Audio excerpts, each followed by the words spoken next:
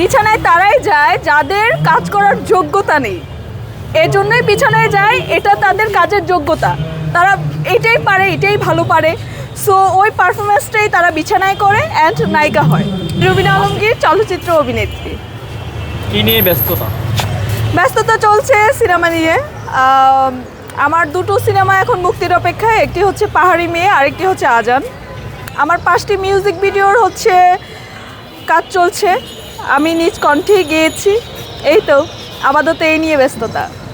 আমার এই পর্যন্ত সিনেমা করা হয়েছে 9টি, সো এর মধ্যে 2টি সিনেমা এখনও মুক্তির অপেক্ষায়, বাকিগুলো রিলিজ হয়েছে। আমার প্রথম সিনেমা ছিল সাকিব খানের সাথে রাজত্ব, তারপর জয় চৌধুরীর সাথে সর্বশেষ সিনেমা মুক্তি পেল আমার শেষ কথা, তারপর ফুলজান, বাজি, তারপর সুস্বাগতম, ওইটাতে হিরো ছিল নীরব, এরকম বেশ কিছু অনেক। আমার নিজ কণ্ঠে গাওয়া 5টি মিউজিক ভিডিওর কাজ চলছে, আর হচ্ছে 2টি সিনেমা মুক্তির অপেক্ষায়। আমি তো বললাম আমার একটি সংগঠন করেছি, সাংস্কৃতিক সংগঠন, সো ওই সংগঠনের কাজ চলছে। সামনে কি সাকিব খানের সাথে সিনেমা করার ইচ্ছা আছে কিনা আপনার? অবশ্যই, আমার প্রথম সিনেমার হিরো, আমার কেন ইচ্ছে থাকবে না ওনার সাথে কাজ করার। উনি আমাদের বাংলাদেশের মেগা স্টার, বর্তমানে সুপারস্টার, কার না ইচ্ছা থাকে সাকিব খানের সাথে কাজ করার? ডেফিনেটলি সাকিব খানের সাথে প্রেম করার খোঁজ খবর যদি 100% নিয়ে দিতে পারেন সিঙ্গেল, অবশ্যই এইটাও করার ইচ্ছা আছে। প্রেম করবো সাকিব খানের সাথে যদি সিঙ্গেল হয়ে থাকে। শাকিব খানের সাথে যারাই কাজ করে সবাই শাকিব খানের প্রেমে পড়ে যায়, আপনি কেন প্রেমে পড়লেন না?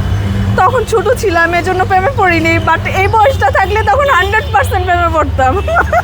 সিনেমা করতে গেলে নায়িকা হতে হলে পরিচালকের সাথে বিছানায় যেতে হয়, তা না হলে নায়িকা হওয়া যায় না।